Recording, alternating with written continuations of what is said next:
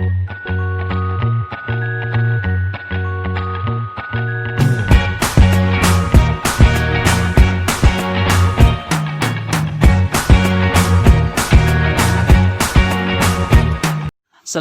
warahmatullahi wabarakatuh. Kembali lagi bertemu dengan saya Sutrisno, peserta Diklat SAR Angkatan ke-16 KDOD Samarinda.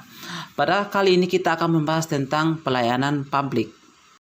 Menurut Undang-Undang Nomor 25 Tahun 2009, pelayanan publik merupakan kegiatan dalam rangka pemenuhan kebutuhan pelayanan sesuai dengan peraturan perundang-undangan bagi setiap warga negara dan penduduk atas barang, jasa dan atau pelayanan administratif yang disediakan oleh penyelenggara pelayanan publik. Berdasarkan definisi Undang-Undang Nomor 25 Tahun 2009 tentang pelayanan publik, maka unsur-unsur dalam pelayanan publik yang pertama adalah harus ada penyelenggara organisasi, kemudian kedua harus ada yang menerima layanan baik berupa individu, perorangan maupun lembaga. Yang ketiga adalah adanya kepuasan diterima atau diberikan oleh pelayan atau yang menerima layanan. Barang atau jasa manakah yang bisa dipublikkan? Yang pertama adalah barang atau jasa tersebut memiliki rivalitas dan eksklusibilitas yang rendah.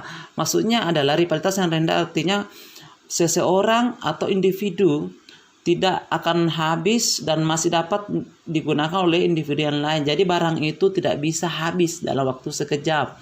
Kemudian kedua, maksudnya eksklusibilitas merupakan sulit untuk melakukan upaya agar orang lain tidak mendapatkan nilai atau manfaat yang diberikan. Adapun prinsip-prinsip dalam pelayanan publik, yang pertama itu adalah partisipatif, artinya dalam penyelenggaraan pelayanan publik yang dibutuhkan masyarakat, pemerintah perlu melibatkan masyarakat dalam perencanaan, pelaksanaan dan pengevaluasian hasil dari pelayanan tersebut.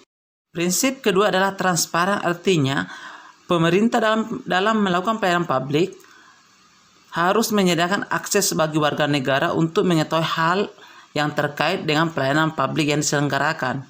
Prinsip ketiga adalah responsif, artinya dalam penyelenggaraan pelayanan publik, pemerintah wajib mendengar dan memenuhi kebutuhan warga negaranya. Prinsip selanjutnya adalah tidak diskriminatif, artinya tidak membeda-bedakan berdasarkan suku, ras, dan agama. Kemudian prinsip selanjutnya harus mudah dan murah, artinya mudah diakses oleh siapa saja dan dengan biaya yang murah. Selanjutnya prinsip adalah prinsip efektif dan efisien, artinya penyelenggaraan pelayanan publik harus mewujudkan tujuan yang hendak dicapai, kemudian tidak boros dan tidak memakan waktu yang lama.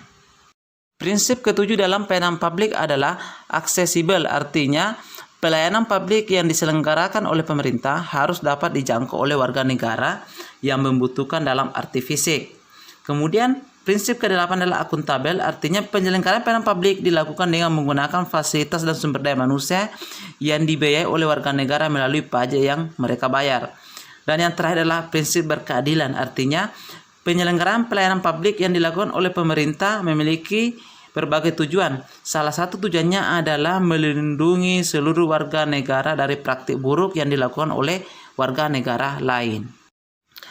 Mengapa pelayanan publik perlu dilakukan? Karena pelayanan publik merupakan hak setiap warga negara sesuai dengan amanah konstitusi. Kemudian yang kedua, dalam melakukan pelayanan publik, biaya yang digunakan itu merupakan anggaran atau biaya yang dibayarkan oleh warga negara melalui pajak. Yang ketiga adalah untuk mencapai hal-hal yang strategis bagi kemajuan bangsa di masa yang akan datang. Yang terakhir adalah untuk memproteksi atau memberi perlindungan bagi setiap warga negara. Demikianlah pertemuan kita pada hari ini yang membahas tentang pelayanan publik. Sampai ketemu kembali di video saya yang selanjutnya. Saya akhiri dengan ucapan wabillahi taufiq wal hidayah. Wassalamualaikum warahmatullahi wabarakatuh.